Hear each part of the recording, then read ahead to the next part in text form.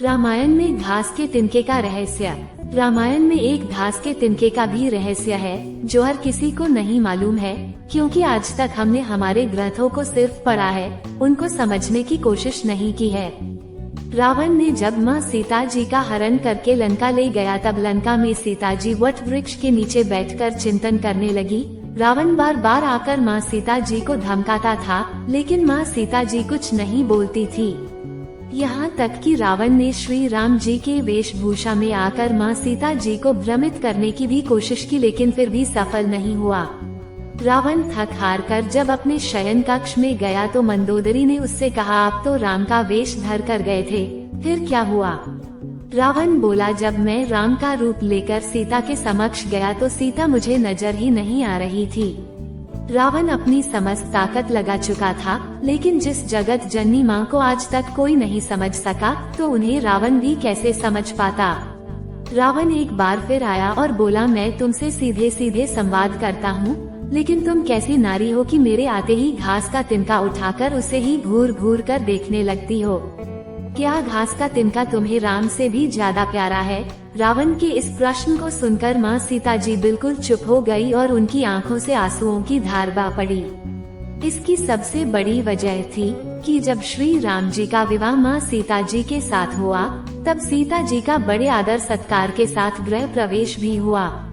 बहुत उत्सव मनाया गया। प्रथानुसार नव वधू विवाह पश्चात जब ससुराल आती है तो उसके हाथ से कुछ मीठा पकवान बनवाया जाता है, ताकि जीवन भर घर में मिठास बनी रहे।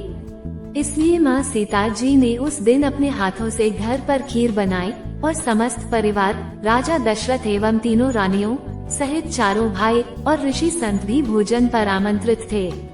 माँ सीता ने सभी को खीर परोसना शुरू किया और भोजन शुरू होने ही वाला था कि जोर से एक हवा का झोंका आया। सभी ने अपनी अपनी पतले संभाली। सीता जी बड़े गौर से सब देख रही थी। ठीक उसी समय राजा दशरथ जी की खीर पर एक छोटा सा घास का तिनका गिर गया, जिसे माँ सीता जी ने देख लिया, लेकिन अब खीर में हाथ कैसे डालें? ये प्रश्न आ गया। माँ सीता जी ने दूर से ही उस तिनके को घूर कर देखा। वो जलकर राख की एक छोटी सी बिंदु बनकर रह गया। सीता जी ने सोचा, अच्छा हुआ किसी ने नहीं देखा। लेकिन राजा दशरथ माँ सीता जी के इस चमत्कार को देख रहे थे। फिर भी दशरथ जी चुप रहे और अपने कक्ष पहुंचकर माँ सीता जी को बुलवाया। फिर उन्होंने सीता जी से कहा कि मैंने आज भोजन के समय आपके चमत्कार को देख लिया था। आप साक्षात जगत जननी स्वरूपा हैं, लेकिन एक बात आप मेरी जरूर याद रखना। आपने जिस नजर से आज उस तिनके को देखा था, उस नजर से आप अपने शत्रु को भी कभी मत देखना। इसलिए माँ सीता जी के सामने जब भी रावण आता था, तो वो उस घास के तिनके को उठाकर राजा दशरथ जी की बात याद कर लेती थी।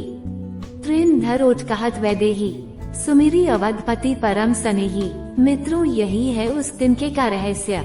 इसलिए माता सीता जी चाहती तो रावण को उस जगह पर ही राख कर सकती थी, लेकिन राजा दशरथ जी को दिए वचन एवं भगवान श्री राम को रावण वध का श्रेय दिलाने हेतु वो शांत रही।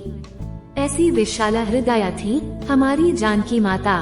तो दोस्तों, माता सीता का यह पावन प्रसंग कैसा लगा, कमेंट में जरूर बताना। और प्लीज दोस्तों, वीडियो को लाइक करके मेरे चैनल को सब्सक्राइब जरूर कर देना।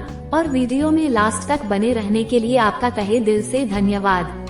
दोस्तों, प्रेम से बोलो सिया रामचंद्र की जय।